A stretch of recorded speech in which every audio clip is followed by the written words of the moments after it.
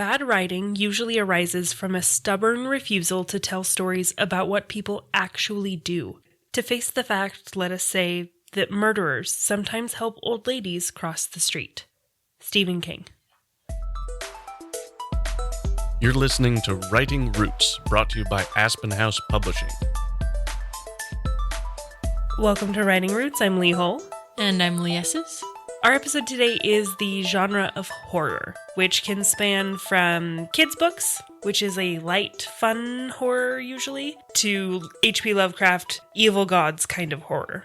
It's interesting to me how much horror is children's novels. You've got a lot of your Goosebumps, the haunted house down the street. Even the fairy tales tend to be very morbid.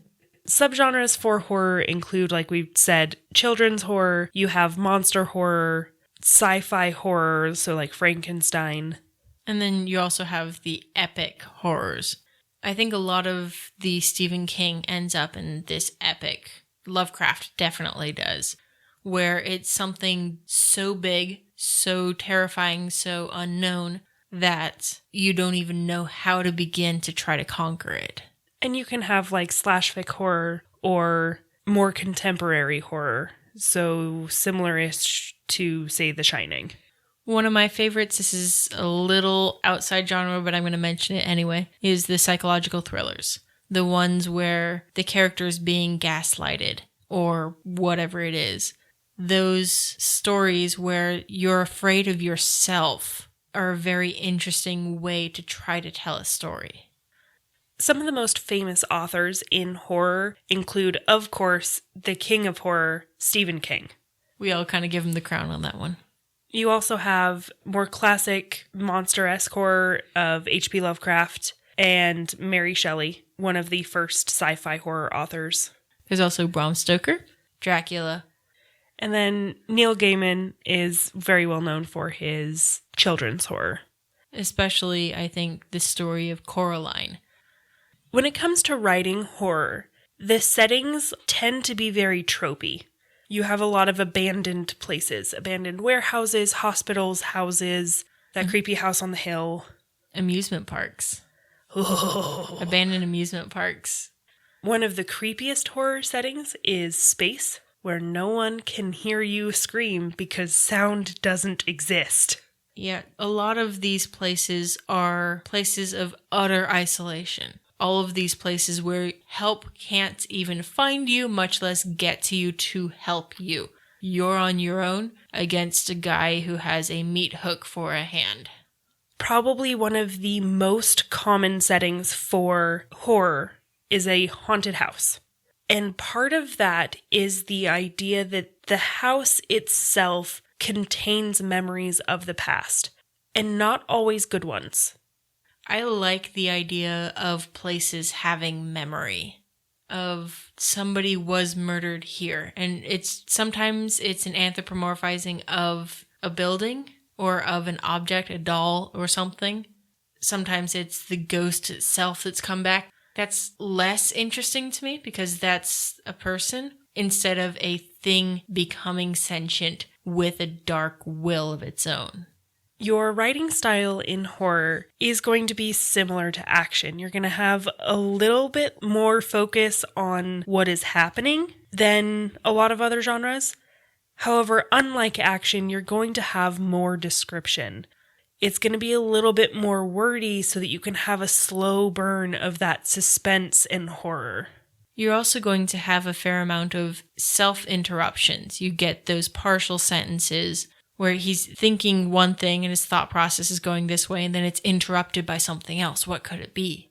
It's the text equivalent of a jump scare. So you get those little moments throughout your story, and your reader can still go, wait, I wanted you to finish that thought. But there's this sense of being left hanging constantly that builds dread in the story. Punctuation is very important in horror, because the placement of your periods, your ellipses, and your em dashes are going to direct the pace of the reading.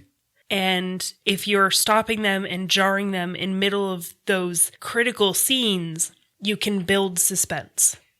these stories tend to be short. They tend to not resolve in a lot of ways. The house is still haunted. The characters may have escaped. The characters may have died within the house, but the house still persists.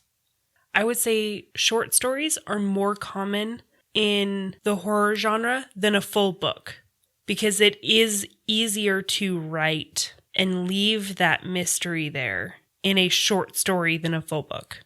That being said, you will have a lot of your horror novels be somewhere between 40 and 80. That's verging on novella, but especially if you have a short story collection, that's okay. But your horror stories, unless you're integrating it with another genre, are going to be on the shorter side because you want to leave questions unanswered. You want to leave your reader thinking about the hair down the drain and if it's attached to a skull or not. So that when they are cleaning out the drain in the shower, they have that handful of their own hair. There's just that small question in the back of their mind because that was never resolved in your story. So one of my favorite examples of the unanswered question is H.P. Lovecraft's The Outsider, where at the beginning of the story, you think that it's this person who has been locked away without any personal connection or interaction with the outside world in a very long time. And he finally escapes and he starts looking for that. And he looks and he sees this horrible thing down the hall and finally realizes it's a mirror and he runs away. You're left to assume that he escaped from a crypt and he had actually been dead. And he's still dead, but, undead. But it is still left in solid mystery. And that allows his readers to look outside the window and kind of wonder if that's the zombie monster thing that's coming at them. It's still out there somewhere. When it comes to titling horror, a lot of the times you're going to have the monster's name. Frankenstein. Yes, I hold to that. I know Frankenstein wasn't the quote-unquote monster, but the Dr. Frankenstein is the monster of the story. I will hold to that. You also have your Dracula and a lot of Stephen King stuff. It. Cujo. The other main titling convention for horror is the unanswered questions. It's going to be mysterious. It's going to be dark. Sometimes it'll include a place. At the Mountains of Madness. So you have a very descriptive idea of what the story is going to be. It's going to be in the mountains, and people are going to go crazy. But it is still, how are they going to go crazy? What's going to happen? Full of that mystery. And you're going to have a lot of those words, those dark kind of words, signs and madness. These words that make you uncomfortable, but you're not quite sure why. Like the titles, the covers are also going to be dark. A lot of blacks and reds with a hint of white. Therefore, you're going to end up with a lot of weapons, a lot of gore, and oftentimes I see a fair amount of clip art. Something that's like a silhouette. You aren't seeing the whole picture. You're just seeing enough to get a flavor. Your fonts are going to be your display fonts. So dripping blood, something that looks like a tear, stylized fonts. Tropes with horror are very character-based. You have a lot of tropes surrounding the innocent being evil. Or at least recognizing evil that the normal people can't. I think one of the creepiest threads online is parents telling what their kids have told them. I've read some of those stories and it just creeps me out. In especially like Stephen King-esque books, the children are evil in some way. They're possessed or they're ghosts that were murdered horrifically and now they're bad. I hate it so much. Children of the Corn. Yes. Of course, you also have your aliens and your monsters that are just so great. I love monster flicks. And especially the man-made monsters are the interesting ones. Another trope that is fun in horror is the fun-loving psycho killer. Do you want to play a game? No. Mm-mm. Mm-mm. Mm-mm. We all float down here. Oh, clowns. Don't even come at me with that clown. I will be liable to shoot. Like, I will shoot. I'm likely to shoot if a clown comes at me, man. One of my favorite horror tropes is the game. Okay, we're hunting humans now. Or, you guys are rats in a maze, try to get out. Or, will you saw off your own arm in order to escape and survive? I think the last trope that we're going to hit on is the lurking villain. This is more common in film and TV shows because you can show that villain lurking in the background that the main character doesn't notice. This is difficult to write in print, but there are ways to do it. Subtle hints at the villain's existence that the main character can mention but not quite pick up on, but the reader will. Like romance, horror is a reflection of something we've all experienced. We've all had that dread, that fear, that staring at the coat rack in the middle of the night, hoping that it's not somebody who's going to come out and attack you. It is an exploration of dark, of the potential for evil, and an exploration of how people will react when faced with the worst. And who people are at their true core.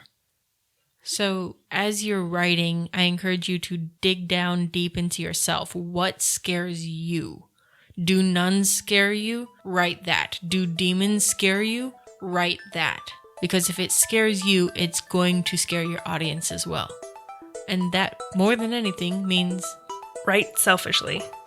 If you have a question or comment for our hosts or a topic you'd like us to cover, send us an email at writingroots@aspenhousepublishing.com or find us on Facebook by searching for Aspen House Publishing.